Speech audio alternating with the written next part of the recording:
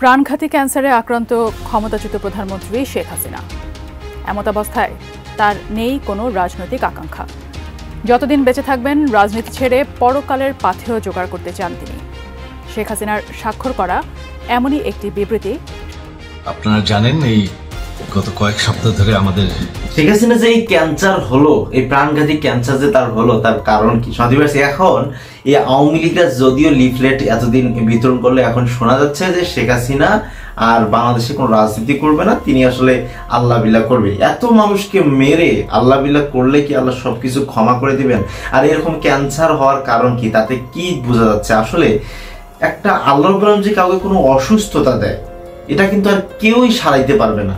কারণ আল্লাহর অনেক এমনও অনেক লোক ছিল যারা আল্লাহওয়ালা ছিল, যারা আসলে আল্লাহকে অনেক ডাকতো, তাদের নামাজ বন্ধ করে দেওয়া হয়েছে কারাগারে, এবং তাদেরকে বিভিন্নভাবে নির্যাতন করেছেন, অশালীন মেয়েদেরকে এনে নাচাইছেন, অনেক ঘটনা ঘটাইছেন তাদের সাথে, এই হুজুরদের সাথে, আলেমদের সাথে।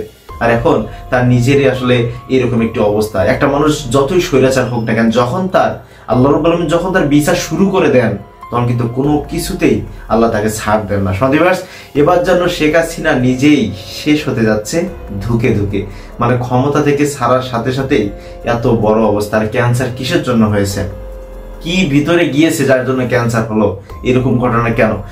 বিস্তারিত জানতে পুরো ভিডিওটা আপনাকে দেখতে হবে। নাটকের সম্পূর্ণ ভিডিওটি দেখুন। চলুন প্রতিবেদনটি দেখে আসি। যে যেরকম তার চিন্তাধারাও সেরকম থাকবে আর কি। বইমেলা হচ্ছে এমন একটা জায়গা যেখানে মানুষ শেখার জন্য যায়। মানুষের কথা চিন্তা না করে তাহলে তারা ডাস্টবিনে পরিণত হবে, এরকম হবে। যে চলে গেছে তারে নিয়ে আর নতুন করে পর্দা সৃষ্টি না করাটা আমার মনে হয় বেটার। সবার প্রতি আমাদের রেসপেক্ট রেখে কাজ করা উচিত। ওই মেলায় যে প্রদর্শনটা করা হয়েছে এটা অবশ্যই প্রাপ্য। প্রধানমন্ত্রীর ছবিটা পুরোটা ডাস্টবিনে ফেলানো ঠিক অনেক। সে যেহেতু বাংলাদেশের 16-17 বছর প্রধানমন্ত্রী ছিল, সেই হিসেবে তার ছবিটা ডাস্টবিনে লাগানো এটা ঠিক হয় না। শুধু তো শেখ হাসিনার একলা দোষ না, এটা অবশ্যই আমি ভালোভাবে দেখছি না। কারণ সে যেটা করেছে সেটার জন্য সে অবশ্যই শাস্তি পাবে। সেটা এইভাবে না যে তাকে ডাস্টবিনে তার প্রতিকৃতি দিয়ে বইমেলায় রাখতে হবে।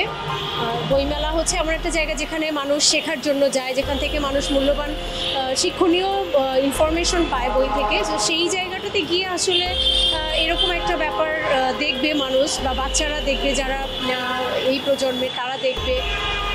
এটা আসলেই আমি ভালোভাবে দেখছি না, বা আমার মনে হয় যে যারা আছেন কেউই এটা ভালোভাবে দেখবে না, বা এটাকে আসলে ভালোভাবে নিবে না।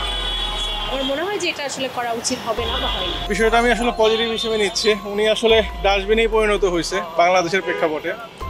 তো সেহেতু হচ্ছে যে এটা যেটা করা হয়েছে আর কি ওনার জন্য একটা শিক্ষা, এবং পরবর্তী যারা আসবে তাদের জন্য এটা একটা শিক্ষা আর কি, যে তারা আসলে যদি বাংলাদেশের মানুষের কথা চিন্তা না করে তাহলে তারা ডাস্টবিনে পরিণত হবে, এরকম হবে। যে যেরকম তার চিন্তাধারাও সেরকম থাকবে আর কি। কিন্তু এভাবে মানুষকে ছোট করা এটা আসলে ঠিক না। এটা বইমেলার মতো একটা জায়গা, সেখানে মানুষ কারা যায়, বইমেলায় কারা যায়, যারা বইপ্রেমী যারা আছে,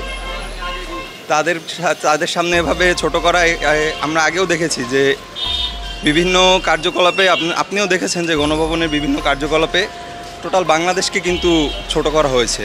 কী কী করেছে আমি সেটা বলতে চাচ্ছি না। অনেক কিছু নিয়ে অনেক ট্রোল হয়েছে, যেটা আসলে টোটাল বাংলাদেশকেই রিপ্রেজেন্ট করবে যে এটা একটা নিকৃষ্ট জাতি হিসেবে। তো আমরা এভাবে না করে আমরা আসলে মানুষকে যদি আমরা উপরের দিকে নিতে চাই, দেশকে যদি উপরের দিকে নিতে চাই, তাহলে একজন আরেকজনকে সম্মান করতে হবে আর কি। আমার চোখেও বিষয়টাকে ভালো লাগছে না। আমরা সবার প্রতি আমাদের রেসপেক্ট রেখে কাজ করা উচিত। কোনো কিছু যদি আমরা আসলে নির্মূল করতে চাই, এই ডাস্টবিন বানিয়ে করতে হবে না। সেক্ষেত্রে কিন্তু আমরা আরও অনেক প্রসেস আছে, সেইভাবে করতে পারি। বাট এই বিষয়টা আসলে ভালো লাগছে না। উনি আমাদের বড় গুরুজন, তাকে আমরা ডাস্টবিনে রাখতে পারি না, ডাস্টবিনের ছবিতে রাখতে পারি না। ডাস্টবিনের ছবিতে ডাস্টবিন রিলেটেড কিছু কোনো যদি ইঙ্গিত থাকতো যে এখানে ময়লা ফেলুন টাইপের, সেটাই ভালো হতো। যে চলে গেছে তারে নিয়ে আর নতুন করে পর্দা সৃষ্টি না করাটাই আমার মনে হয় বেটার, মনে হয় ভালো হয়। কারণ কি, যেই হোক আমার মনে হয় এখন এই মুহূর্তে দেশে আর কোনো এই ধরনের ছবি দিয়ে যদি বিতর্ক সৃষ্টি করে, তাহলে আমি মনে করি যে সাধারণ পাবলিকও এটা চাপটা পড়বে আমার মনে হয়। এবং সাধারণ যে নাগরিক, তারা এই সাধারণ যে পাবলিক এবং সাধারণ যে নাগরিক, সাধারণ যে আমরা যে কর্মী আছি যারা রাজপথে চলাফেরা করি, এই প্রভাবটা আমাদের উপরেই পড়বে আমার মনে হয়। ওই মেলায় যে প্রদর্শনটা করা হয়েছে এটা অবশ্যই প্রাপ্য, কারণ মানুষের কর্মের প্রাপ্যটা মানুষকে পেতে হবে এবং আমি মনে করি যে এটার শাস্তিটা বিচারটা আরও ব্যাপকভাবে হওয়া দরকার। পরবর্তীতে যেন বাংলাদেশে কোনো স্বৈরাচার প্রতিষ্ঠিত হতে না পারে, এটাই আমার রিয়াকশন ছিল যে এটা ঠিকই করা হয়েছে। আমার মনে হচ্ছে এটা উচিতই হয়েছে। এটা ডাস্টবিনের মধ্যে দেখা যেতেছে, দেখা সবাই দেখতেছে।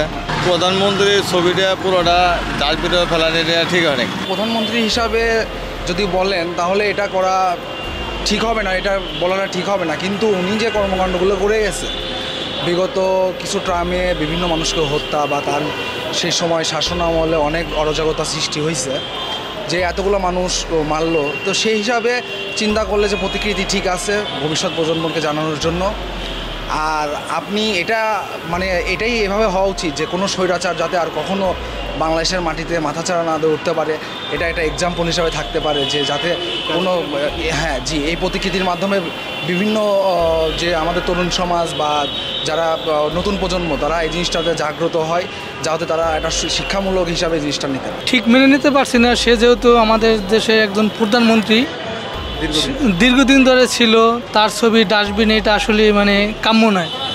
এবং সে আমাদের দেশের জন্য 15-16 বছরে অনেক কিছু কাজ করছে যেটা অন্যান্য সরকার এটা করতে পারে না। সেগুলোকে আমি বলতে চাই যে সে যেহেতু বাংলাদেশের 16-17 বছর প্রধানমন্ত্রী ছিল, সেই হিসেবে তার ছবিটা ডাস্টবিনে লাগানো এটা ঠিক হয় না আমার মতে। আমি পজিটিভভাবেই দেখতেছি যে অপকর্ম করছে 15 বছর, মানুষ তার এটা প্রতিফলন এভাবে দেখতে চায়। সম্পূর্ণই আমাদের বিবেক, আমাদের অনুরাগ, শিক্ষা অভাব থাকার কারণে, আমাদের সচেতনমূলক জ্ঞান না থাকার কারণে জাস্ট বলা যায় এটা শিক্ষার সম্পূর্ণ অপব্যবহার। আসলে দোষটা তো শুধু ওনার না, রাজনীতি, ধোঁকাবাজি, যত ধরনের অপকর্ম তাদের অনেক নেতাকর্মী ছিল, কিন্তু শুধু তো শেখ হাসিনার একলা দোষ না। উনি একজন মানুষ হয়ে সারা বাংলাদেশে সবাইকে কিভাবে কন্ট্রোল করে যদি সবাই সবার অবস্থান থেকে কন্ট্রোলিং রুলস না মানে। প্রাণঘাতী ক্যান্সারে আক্রান্ত ক্ষমতাচ্যুত প্রধানমন্ত্রী শেখ হাসিনা। এমতাবস্থায় তার নেই কোনো রাজনৈতিক আকাঙ্ক্ষা। যতদিন বেঁচে থাকবেন রাজনীতি ছেড়ে পরকালের পাথেয় জোগাড় করতে চান তিনি। শেখ হাসিনার স্বাক্ষর করা এমনই একটি বিবৃতি সামাজিক মাধ্যমে ঘুরছে। এবার সেই বিবৃতিটির সত্যতা যাচাই করেছে fact checking platform Rumor scanner. বিস্তারিত জানাচ্ছেন আরিফ হাসান।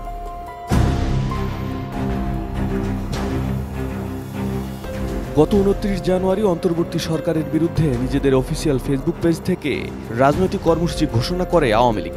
ঘোষিত কর্মসূচি অনুযায়ী 1 ফেব্রুয়ারি থেকে 5 ফেব্রুয়ারি লিফলেট বা প্রচারপত্র বিলি, 6 ফেব্রুয়ারি প্রতিবাদ মিছিল ও সমাবেশ, 10 ফেব্রুয়ারি বিক্ষোভ মিছিল সমাবেশ, 16 ফেব্রুয়ারি অবরোধ কর্মসূচি এবং 18 ফেব্রুয়ারি দেশব্যাপী সকাল সন্ধ্যা সর্বাত্মক কঠোর হরতাল করবে দলটি।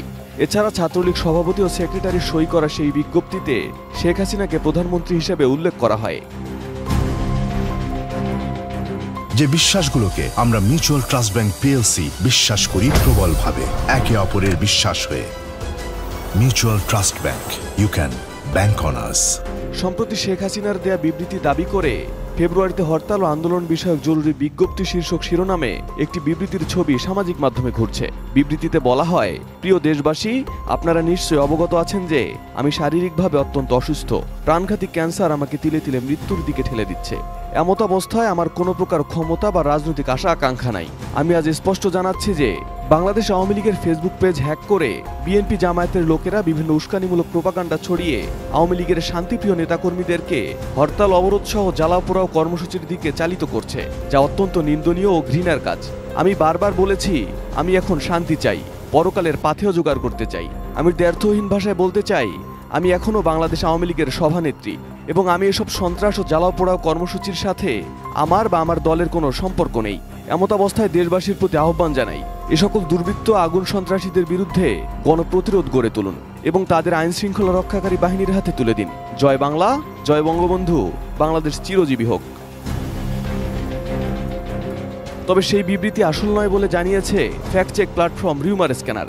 প্রকৃতপক্ষে শেখ হাসিনা এমন কোনো বিবৃতি দেননি। রিউমার স্ক্যানার বলছে, বিবৃতির ছবিতে ভারতের জাতীয় প্রতীক হিন্দি ও বাংলার সংমিশ্রণ, শেখ হাসিনার নাম হিন্দি ও ইংরেজিতে থাকার মতো অসঙ্গতি দেখা যায়। শেখ হাসিনা কোনো বিবৃতি দিলে স্বাভাবিকভাবে তাতে এসব তথ্য থাকার কথা নয়। এছাড়া বিবৃতিতে বাংলাদেশ আওয়ামী লীগের ফেসবুক পেজ হ্যাক করার দাবি করা হলেও এমন কোনো গণমাধ্যম বা আওয়ামী লীগের নির্ভরযোগ্য সূত্র থেকে। দর্শক, শেখ হাসিনার ক্যান্সার এই ব্যাপারটি শোনার পর নিশ্চয়ই আপনারা সকলে অনেকে খুশি হয়েছেন। যারা আওয়ামী লীগ করেন না, যারা আওয়ামী লীগ করেন তাদের হয়তো বা খুব খারাপ লেগেছে। তবে আপনাদের মন্তব্যটি অবশ্যই আমাদের কর্মশ্রেণী দিন। শেখ হাসিনা এইরকম গুরুতর অবস্থায় তাকে কি করা উচিত, এবং যেহেতু খালেদা জিয়া দেশের মধ্যে এরকম ধুকে ধুকে মারা গিয়েছে, লিভারের সমস্যা হয়েছিল, তাকে দেশ থেকে বের হতে দেয় না, কিন্তু এই হাসিনার অবস্থাটা কি হলো আপনারা নিশ্চয়ই বুঝতে পেরেছেন। হাসিনা তো দেশ থেকে পালিয়েছে, অন্যান্য ইন্ডিয়া ছাড়া কোনো দেশে যাইতে পারতেছে না। তো এই ক্ষেত্রে আপনাদের মন্তব্যটি কি হবে অবশ্যই আমাদের কর্মশ্রেণী দিন। আজকে এই পর্যন্তই। চ্যানেল সাবস্ক্রাইব করুন, বন্ধু, এর পাশে থাকুন। আল্লাহ হাফেজ।